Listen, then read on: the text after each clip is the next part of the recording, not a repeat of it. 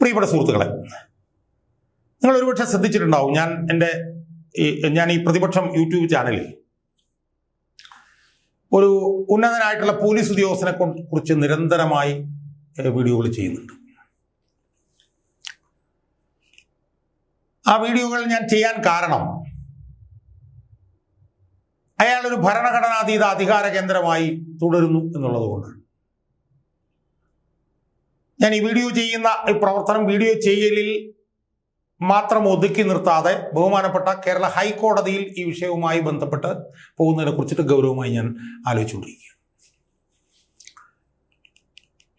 സുഹൃത്തുക്കളെ, ഈ ശ്രീജിത്ത് എന്ന് പറഞ്ഞിട്ടുള്ള ADGP, അയാൾക്ക് ഈ സ്വർണ്ണക്കൊള്ളയിൽ നിർണായകമായിട്ടുള്ള പങ്കുണ്ട് എന്ന് ഉറച്ചു വിശ്വസിക്കുന്ന ഒരാളാണ് ഞാൻ. അതിന്റെ കാരണങ്ങൾ ഞാൻ പല വീഡിയോകളിലും ഞാൻ പറഞ്ഞിട്ടുണ്ടെങ്കിലും ക്രോഡീകരിച്ച് ഞാൻ ചുരുക്കി ഒന്ന് പറയാൻ ഞാൻ ആഗ്രഹിക്കുന്നു. അയാൾ എത്രയോ വർഷങ്ങളായി ശബരിമലയിലെ സ്ഥിരം സാന്നിധ്യമാണ്. അയാൾക്ക് ചുമതല ഉള്ളപ്പോഴും ഇല്ലാത്തപ്പോഴും ഒക്കെ തന്നെ ശബരിമലയിലെ ഒരു സ്ഥിര സാന്നിധ്യമാണ്. കഴിഞ്ഞ ഏതാനും വർഷമായി ശബരിമലയിലെ കോർഡിനേറ്ററാണ്, പോലീസ് കോർഡിനേറ്ററാണ് ADGP ശ്രീജിത്ത്. ആ ADGP ശ്രീജിത്തിനാണ് ശബരിമലയിലെ പോലീസിന്റെ ചുമതല എന്ന് പറയുമ്പോൾ പോലീസിന്റെ അധികാരങ്ങൾ മുഴുവൻ കേന്ദ്രീകരിച്ചിട്ടുള്ള ഒരു ചുമതലയാണ് അയാൾക്ക് എന്നുള്ളത് വ്യക്തമാണല്ലോ. ആ പോലീസ് അധികാരങ്ങളോടുകൂടിയുള്ള ചുമതല കേന്ദ്രീകരിച്ചിട്ടുള്ള പോലീസ് കോർഡിനേറ്ററായി ശ്രീജിത്ത് എന്ന് പറഞ്ഞ ഈ കഥാപാത്രം ശബരിമലയിൽ 4-5 വർഷക്കാലം തുടർന്ന സമയത്തല്ലേ സുഹൃത്തുക്കളെ ഈ ശബരിമലയിൽ ഈ സ്വർണ്ണക്കൊള്ള മുഴുവൻ അരങ്ങേറിയത്? നമ്മളൊന്ന് ആലോചിച്ച് നോക്കി. 2019 മുതൽ 2025 വരെയല്ലേ ഈ സ്വർണ്ണക്കൊള്ള അവിടെ അരങ്ങേറിയത്? ആ സ്വർണ്ണക്കൊള്ളയ്ക്ക് അന്താരാഷ്ട്ര ബന്ധമുണ്ട് എന്ന് വരെ ബഹുമാനപ്പെട്ട ഹൈക്കോടതി പറഞ്ഞിരിക്കില്ലേ? ആ പറഞ്ഞിരിക്കുന്ന സമയത്ത് ശബരിമലയിലെ പോലീസിന്റെ ഏറ്റവും വലിയ ഉന്നതാധികാരിയായി അവിടെ വിരാജിച്ചിരുന്നത് ഈ ADGP ശ്രീജിത്ത് അല്ലേ സുഹൃത്തുക്കളെ? അയാളുടെ അറിവില്ലാതെയും അയാളുടെ ഒത്താശയില്ലാതെയും ആ ഗൂഢാലോചനയിൽ അയാൾ പങ്കാളിയും ആകാതെ ശബരിമലയിൽ ഈ സ്വർണ്ണക്കൊള്ള നടക്കും എന്ന് വിചാരിക്കാൻ അത്ര മരപ്പൊട്ടന്മാരാണോ നമ്മൾ? ആലോചിച്ചു. ഞാൻ നേരത്തെ പറഞ്ഞിട്ടുണ്ട്, ശബരിമല വിജിലൻസ് എന്ന് പറഞ്ഞു കഴിഞ്ഞാൽ പോലീസ് അധികാരമൊന്നുമില്ല, കള്ളത്തരങ്ങൾ കണ്ടുപിടിക്കാന്നേ ഉള്ളൂ. പക്ഷെ കള്ളത്തരങ്ങൾ കണ്ടുപിടിക്കാനും കണ്ടുപിടിച്ചവനെ നിയമത്തിന് മുന്നിൽ കൊണ്ടുവരാനും അറസ്റ്റ് ചെയ്യാനും ഒക്കെയുള്ള സമഗ്രാധികാരങ്ങളോടുകൂടിയുള്ള ഒരു സംവിധാനമാണ് പോലീസ്. ആ പോലീസിന്റെ ഉന്നതാധികാരി ADGP ശ്രീജിത്താണ്. അയാൾ ഈ സ്വർണ്ണക്കൊള്ള നടക്കുന്ന സമയത്ത് മുഴുവൻ അവിടെ ഉണ്ട്. അപ്പൊ അയാളുടെ അറിവില്ലാതെ നടക്കാൻ പറ്റുമോ? ഈ ചോദ്യം ഞാൻ ചോദിച്ചിട്ടുണ്ട്. ഇനി ഞാൻ ഹൈക്കോടതിയോട് ചോദിക്കാൻ പോവാണ്. ഹൈക്കോടതി അതിന് മറുപടി പറയട്ടെ. 1. 2, ആ സ്വർണ്ണക്കൊള്ളയിലെ ഏറ്റവും പ്രധാനപ്പെട്ട ഒരു വിവാദ കഥാപാത്രമാണ് ഉണ്ണികൃഷ്ണൻ പോറ്റി. അയാളുടെ പുറകിൽ ആളുകൾ ഉണ്ടായിരിക്കാം, പക്ഷെ അയാളെ ഉപയോഗിച്ചുകൊണ്ടാണ് ഈ തട്ടിപ്പ് മുഴുവൻ അവിടെ നടത്തിയിരിക്കുന്നത്. വാതിലെടുത്തുകൊണ്ട് പോയത് അയാളാണ്, ദ്വാരപാലക ശില്പം എടുത്തുകൊണ്ട് പോയത് അയാളാണ്, കട്ടളപ്പാളി എടുത്തുകൊണ്ട് പോയത് അയാളാണ്, പീഠം എടുത്തുകൊണ്ട് പോയത് അയാളാണ്. അയാളാണത് കൊണ്ടുവന്ന് കയ്യിൽ വെച്ചത്. കോടീശ്വരന്മാരുടെ മുന്നിൽ പൂജ നടത്തി കോടികൾ ഉണ്ടാക്കിയത് അയാളാണ്. സ്മാർട്ട് ക്രിയേഷൻസിൽ കൊണ്ടുപോയി അത് സ്വർണം പൂശി എന്ന് പറയുന്നത് അയാളാണ്. അനധികൃതമായി കൊണ്ടുപോയത് അയാളാണ്, തിരിച്ചു കൊണ്ടുവന്നത് അയാളാണ്. അതെല്ലാം ചെയ്ത ഉണ്ണികൃഷ്ണൻ പോറ്റി, എനിക്ക് ആവർത്തന വിരസത ഉണ്ടെങ്കിലും പോലും ഞാൻ പറയാണ്, പോലീസ് ആസ്ഥാനത്ത് ചെന്ന് ഈ ശബരിമലയിൽ പോലീസിന്റെ സമഗ്രമായിട്ടുള്ള ചുമതലകൾ നിർവഹിക്കുന്ന ADGP ശ്രീജിത്തിനെ പൊന്നാട എണീക്കുകയാണ് സുഹൃത്തുക്കളെ. പൊന്നാട. ആര്? ഉണ്ണികൃഷ്ണൻ പോറ്റി. എവിടെ ചെന്ന്? പോലീസ് ആസ്ഥാനത്ത് ചെന്ന്. അപ്പൊ ഉണ്ണികൃഷ്ണൻ പോറ്റിയുടെ ഏറ്റവും അടുത്ത ആളാണ് ശ്രീജിത്ത് എന്നുള്ളതിന് വേറെ തെളിവെന്താ സുഹൃത്തുക്കളെ നമുക്ക് വേണ്ടത്? അത് അന്വേഷിക്കണമെന്ന് ഈ ഹൈക്കോടതി നിയമിച്ച സ്പെഷ്യൽ ഇൻവെസ്റ്റിഗേഷൻ ടീമിന്റെ അടുത്ത് എനിക്കൊന്ന് 14/10 മറ്റാണ് ഞാനൊരു കത്ത് കൊടുത്തത്. ഇയാളുടെ ബന്ധം അന്വേഷിക്കണം, ഇയാളുടെ ഫോണുകൾ അന്വേഷിക്കണം, ഇയാളുടെ വാട്സാപ്പുകൾ അന്വേഷിക്കണം, ഇയാളുടെ സാമ്പത്തിക ഇടപാടുകൾ അന്വേഷിക്കണം എന്നും പറഞ്ഞിട്ട് കൊടുത്തിട്ട് അനക്കമുണ്ടോ സുഹൃത്തുക്കളെ? ആരാണ് ഇയാൾ ഭരണഘടനയ്ക്ക് കീഴിലല്ലേ പ്രവർത്തിക്കുന്നത്? ഞാൻ കഴിഞ്ഞ ദിവസം ഒരു വീഡിയോ ഉണ്ട്. ഇയാൾ കോടീശ്വരന്മാരുടെ മുമ്പിൽ ഇരുന്നുകൊണ്ട് സിവിൽ ഡ്രസ്സിൽ ഇരുന്നുകൊണ്ട് പാട്ട് പാടുന്നു. ഇയാളൊരു ADGP അല്ലേ സുഹൃത്തുക്കൾ? ആലോചിച്ചു. ഞാനതൊക്കെ കോടതിയുടെ മുന്നിൽ ഞാൻ കൊണ്ടുവരാൻ പോവുകയാണ്. ഇപ്പൊ ഞാൻ ഈ വീഡിയോ ചെയ്യാനുള്ള കാരണം എന്താണെന്നറിയാമോ? ഈ കഴിഞ്ഞ ദിവസമാണല്ലോ ശബരിമലയിൽ വലിയ ജനത്തിരക്ക് വന്നത്, ഭക്തന്മാരുടെ ജനത്തിരക്കൊക്കെ വന്നത്. ആ ജനത്തൊക്കെ തുടങ്ങുന്നതിന് മുമ്പ് അവിടുത്തെ സുരക്ഷാ ചുമതലയുള്ള അവിടുത്തെ പോലീസ് കോർഡിനേറ്റർ ആയിട്ടുള്ള ഇയാൾ സോപാനത്തിന്റെ കിഴക്ക് വശത്ത് ഏതൊരു മണ്ഡലത്തിലിരുന്ന് നാമം ജപിക്കുന്നു എന്നുള്ള വിവരമായി കിട്ടുന്നത് സുഹൃത്തുക്കളെ. അയാൾ രാവിലെയും വൈകിട്ട് അവിടെ ഇരുന്ന് നാമം ജപിക്കുകയാണെന്ന് ആലോചിച്ച് നോക്കുന്നു. അവിടുത്തെ സുരക്ഷാ ചുമതലയുള്ള ഏറ്റവും പ്രധാനപ്പെട്ട ഉദ്യോഗസ്ഥനാണ് അയാൾ നാമം ജപിക്കുകയാണെങ്കിൽ അയാളുടെ കീഴുദ്യോഗസ്ഥന്മാർക്ക് നാമം ജപിക്കാനുള്ള അവകാശമില്ലേ സുഹൃത്തുക്കളെ? അവരും കൂടെ അവരങ്ങോട്ടിരുന്ന് നാമജപം തുടങ്ങി കഴിഞ്ഞാൽ എങ്ങനെ ഇരിക്കും എന്നാലോചിച്ച് നോക്കി. വിവരം അവിടെ നിന്ന് കിട്ടുന്നത്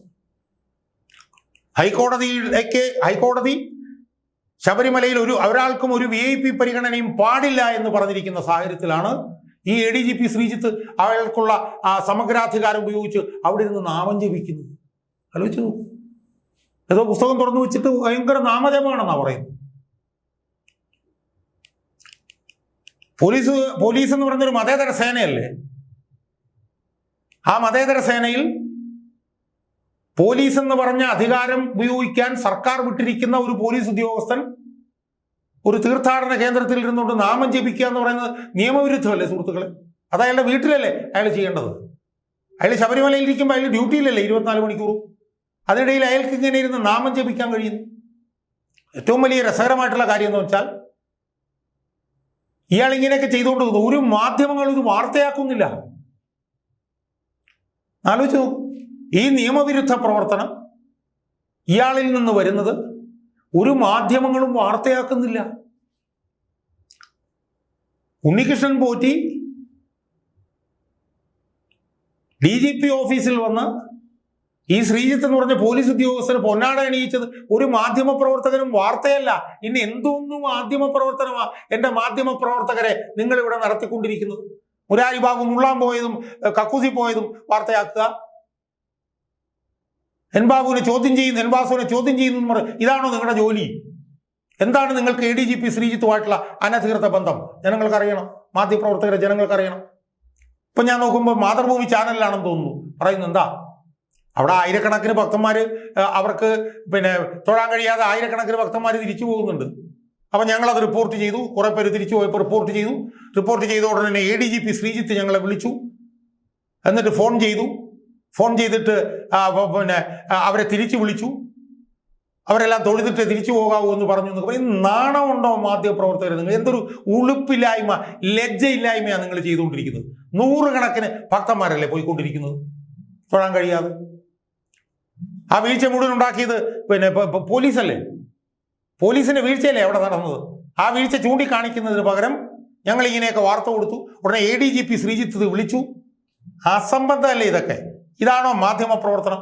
ഇതൊരു അസംബന്ധമാണിത് എന്ന് നിങ്ങളൊന്ന് ആലോചിച്ച് നോക്ക്. ഇതാണോ, ഇങ്ങനെയാണോ മാധ്യമ പ്രവർത്തനം? അയാൾ അവിടെ നാമം ജപിക്കുന്നത് എന്താണ് നിങ്ങൾക്ക് പുറത്തു കൊണ്ടുവരാൻ പറ്റാത്തത്? എനിക്ക് കുറച്ച് വിവരങ്ങളുണ്ട്.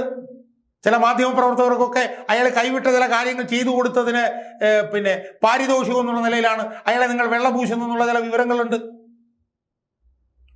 ചിലക്കൊക്കെ ചില VIP ദർശനത്തിനുള്ള അനുവാദമൊക്കെ ശ്രീജിത്ത് അനുവദിച്ചു തന്നു എന്നുള്ള നിലയിലുള്ള ആരോപണങ്ങളുണ്ട്. അത് മാധ്യമപ്രവർത്തകർ മനസ്സിലാക്കിക്കൊള്ളണം. എന്തായാലും ഈ വിഷയങ്ങളൊക്കെ തന്നെ ഹൈക്കോടതിയുടെ മുന്നിലേക്ക് കൊണ്ടുവരാൻ വേണ്ടിയിട്ട് ഞാൻ തീരുമാനിച്ചിരിക്കുകയാണ്. CCTV ദൃശ്യങ്ങൾ പരിശോധിക്കണം എന്നുള്ള ആവശ്യം ഞാൻ കോടതിയുടെ മുന്നിൽ വെക്കാൻ പോവുകയാണ്. അതുകൊണ്ട് ഈ ഭരണഘടനാ അധികാര കേന്ദ്രമായിട്ടുള്ള ശ്രീജിത്ത് എന്ന് പറഞ്ഞ ഈ പോലീസ് ഉദ്യോഗസ്ഥനെ നിലയ്ക്ക് നിർത്താൻ കോടതി തയ്യാറാണോ എന്നാണ് എനിക്കിനി അറിയേണ്ടത്. അയാൾക്ക് ഉണ്ണികൃഷ്ണൻ പോറ്റിയായിട്ടുള്ള ബന്ധം പുറത്തു കൊണ്ടുവരാൻ കോടതി തയ്യാറുണ്ടോ?